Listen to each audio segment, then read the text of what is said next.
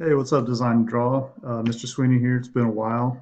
Miss you guys. Hope you're doing well. Hope everybody's staying safe and healthy and not watching too much Netflix. But we are going to continue with this discussion I started this week about the illusion of depth. All right. So before break, you learned how to use isometric perspective. We got out some grid paper and you learned how to use 30 and 60-degree angles to create this illusion of three-dimensional space. The first couple of lessons this week gave you some of the history and background behind linear perspective, which is another system of drawing that also creates the illusion of depth and space, but it does it using vanishing points, horizon lines, and orthogonals or perspective lines. All right, so we've had a chance to kind of see the history. You've tried it out in your sketchbook, try to do a perspective drawing. So this time we're going to use the computer to create a design that's based on some architectural renderings that also uses linear perspective and also creates the illusion of depth even though you're on a flat screen. So for your practice this week, you're going to have a couple of days to work on this. It's going to be due on Monday of next week at 9 a.m. So you'll have today, tomorrow, the weekend to kind of play around with it. And it's something that some of you may have used in the past. I've had a few students from time to time say, "Oh yeah, our art teacher in third grade or something had us use this software." So if you have used it, then you got a head start and should be pretty easy for you. But I want to see what you can do as a grown person. So we're going to go to your internet browser and you're going to start by navigating your way to sketchup.com. All right. Once you get to SketchUp, then to open this up, you're going to go to Try SketchUp, this button here. There's also a button there at the top. And you're just going to answer some of the questions, get through their data collection here. When it asks you if your school is enrolled in Google G Suite, you say yes, and you're going to put student, right? I'm going to put educator for me, and then you will enter your address.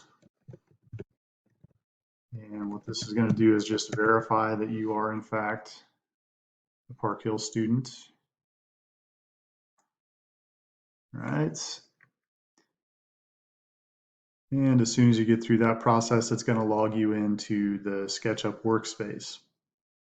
Now, if you look on your start menu over here in the corner, you may find that there's a SketchUp app, and you're certainly welcome to try that.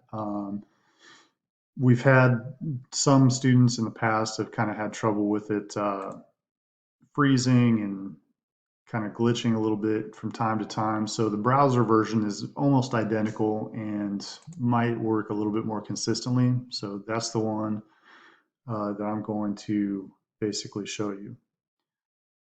All right, so I'm going to click allow.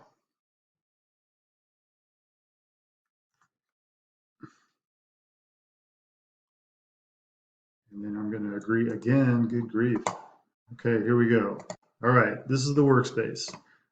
So you are going to start modeling.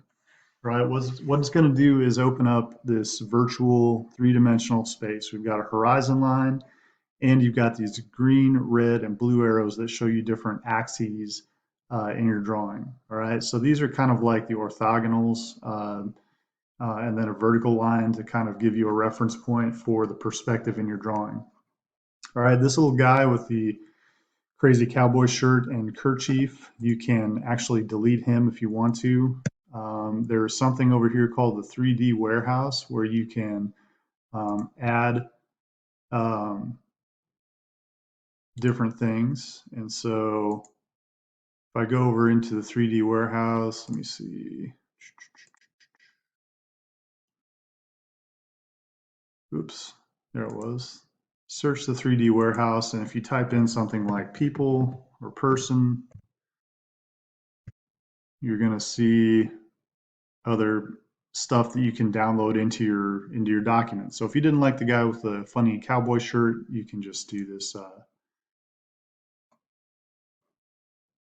guy in the jeans and t-shirt, or you can browse. I found just funny stuff on here, like there's one of LeBron James, there's a Michael Jordan, there's like dogs. If you have a German Shepherd or something at home and you want to add that to your drawing, it's pretty crazy some of the stuff you can find in the 3D warehouse.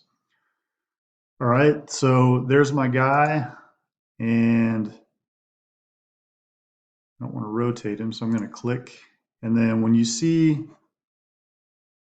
your thing appear in the drawing, if you want to move it, you're going to use this move tool, the plus sign with the arrows. Just click once, and then you're going to drag the guy wherever you want him to be, and then click a second time to place him. You'll notice I'm kind of zooming in and out, and I've got a mouse, so I'm using a click wheel to do that. But over here on the toolbar, you'll also find a zoom tool. So if I click on that same space over here in the tools, I can use the magnifying glass to zoom in or zoom out. Oops, I'm sorry, not the magnifying glass, but the, see if it's under here. Here we go. It's under the orbit tool, actually, the little round arrows. If you click on the magnifying glass down there, you can kind of slide back and forth to zoom in or zoom out. All right.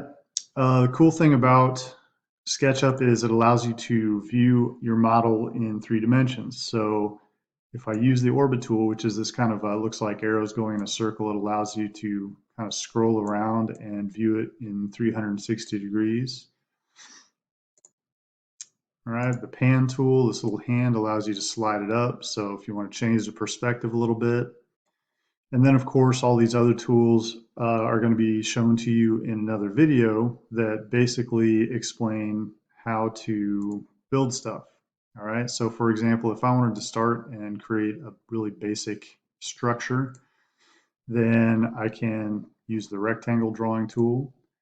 And there's another tool that's also kind of neat called the push-pull tool. Let me see if I can find that one.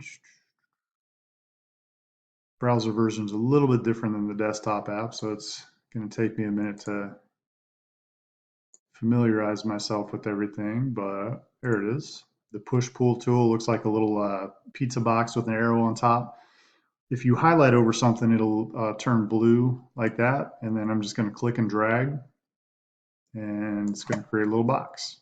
So um, the videos that are included with this lesson kind of go into more detail about that kind of thing.